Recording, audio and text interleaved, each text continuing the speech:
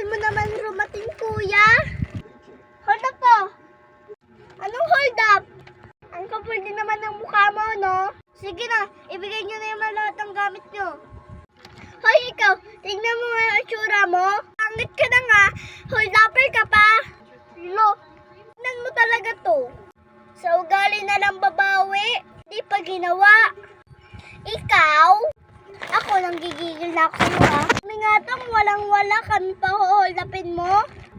Uy, ma. Ikaw matanda ka, ha? Ibigay mo nyo na yung lahat ng gamit nyo. Ang dami nyo pang sinasabi. Ma, para makababa na tayo, ibigay na lang natin yung gusto niya. No, gusto ata nila bata eh. Ikaw na yung ibibigay ko. Hala, ba't ako? Eto na lang anak ko, oh. Iyong-iyo na yan. Diyos ko, wala naman kasi ang ginagawa sa bahay kundi kumain at matulog lang. Grabe naman to si mama. Sige, sabi mo yan ah. Akin na tong anak mo. Barahin mo muna ako, tante. Kukunin mo anak ko eh. Hala, ba't parang nagre-reklamo ka pa? Ibibigay ko na nga tong anak ko. Utak mo naman matanda, grabe ka. Oh. Ayan, magbibigay ka rin pala. Ho, ikaw, sumama ka dun ah.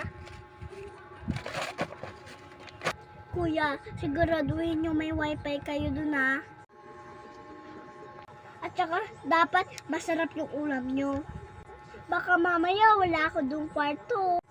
Maiinitan ako, kaya dapat may meron kayong aircon. Grabe naman to. At saka kung wala kayong laptop at saka computer, bilihan nyo ako ha. Ay, bumaba ka na lang pala, oo. Ay, bakit?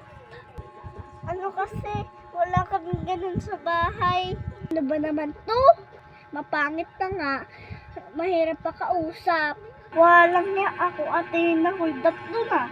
Ako pa nakuhaan ng 10K.